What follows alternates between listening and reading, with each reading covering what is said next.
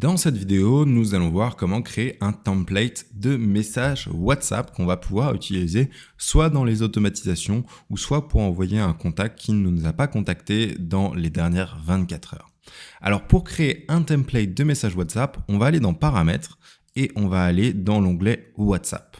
Ici, on trouve donc nos numéros et on peut aller dans Modèles. Une fois que je suis dans Modèles, je retrouve tous mes modèles avec le nom du modèle ici, le statut, est-ce qu'il a été approuvé ou est-ce qu'il est en attente, puisque chaque modèle doit être envoyé à Meta pour être approuvé, et le message, et je peux cliquer sur les trois petits points pour modifier le modèle ou supprimer le modèle, sachant que si je modifie le modèle, ça va le renvoyer à Meta pour approbation.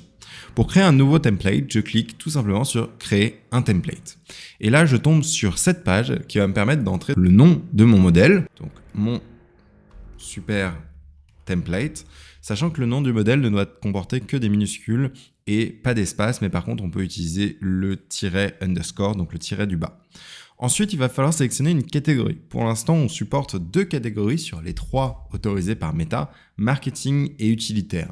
Attention, si vous utilisez la mauvaise catégorie, le template va être refusé par Meta. Utilitaire, c'est tous les messages, par exemple, de rappel. Donc, c'est des messages qui sont purement, comme son nom l'indique, utilitaires, qui ont pour vocation de dire votre rendez-vous est bien réservé, par exemple. Voilà le lien de nouveau, voilà l'horaire, etc., etc. Donc, c'est des messages vraiment utilitaires. Les messages marketing, on peut mettre un peu tout derrière marketing. L'idée, c'est que dès que vous envoyez un message qui n'est pas utilitaire, alors c'est un message marketing. Sachant que les coûts de Meta peuvent varier, mais les templates marketing coûtent plus cher que les templates utilitaires. Donc en soi, vous pourriez utiliser la catégorie marketing pour tout, mais ça serait dommage. Si vous avez des rappels, par exemple, eh bien les rappels, mettez-les dans la catégorie utilitaire. Il nous faut ensuite sélectionner la langue qu'on va utiliser, donc ici, par exemple, le français, et on va pouvoir créer le message. Pour l'exemple, je vais d'abord commencer par désactiver l'entête pour montrer comment ça fonctionne. Ici, j'ai le corps du texte, donc je peux mettre mon super message et on voit sur la droite comment ça s'affiche. Alors pour l'instant, on ne supporte pas l'utilisation du gras ou de l'italique, mais on peut mettre le message comme ça.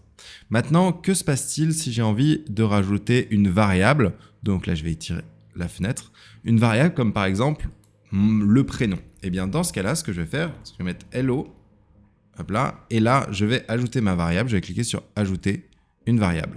Donc par défaut, ça me l'ajoute à la fin du message, mais si je copie et que je colle ce super entre crochets 1, eh bien ma variable va être ajoutée. Pour l'instant, ça ne s'affiche pas parce que je ne l'ai pas sélectionné en fait.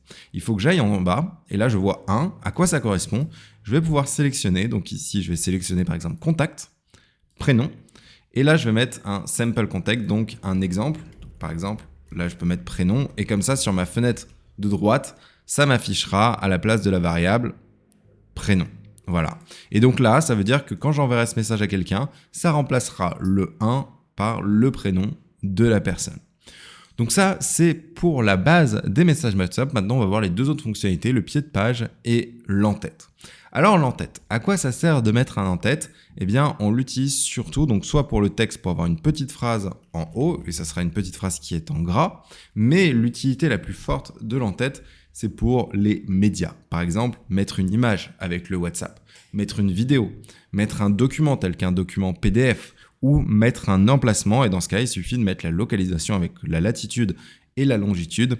Et on va pouvoir également mettre donc comme un Google Maps dans le message WhatsApp. Donc ça, c'est vraiment l'utilité des en-têtes. Il suffit de faire glisser l'image ici et l'image en fait apparaîtra en haut du template. Ici, je vais désactiver l'en-tête pour regarder la dernière fonctionnalité qui est le pied de page. Le pied de page, c'est quelque chose de totalement optionnel comme l'en-tête qui permet de rajouter à la fin un petit message. Donc ici, on voit qui est beaucoup plus clair que le reste. Donc vraisemblablement, le plus important pour vous, c'est de remplir le corps du texte avec potentiellement des variables et d'utiliser l'en-tête. Et si vous voulez mettre par exemple l'envoyeur ou ce genre de choses, donc par exemple ici, envoyé par Baptiste Lorette, voilà, envoyé par Baptiste Lorette, eh bien ça s'affichera ici.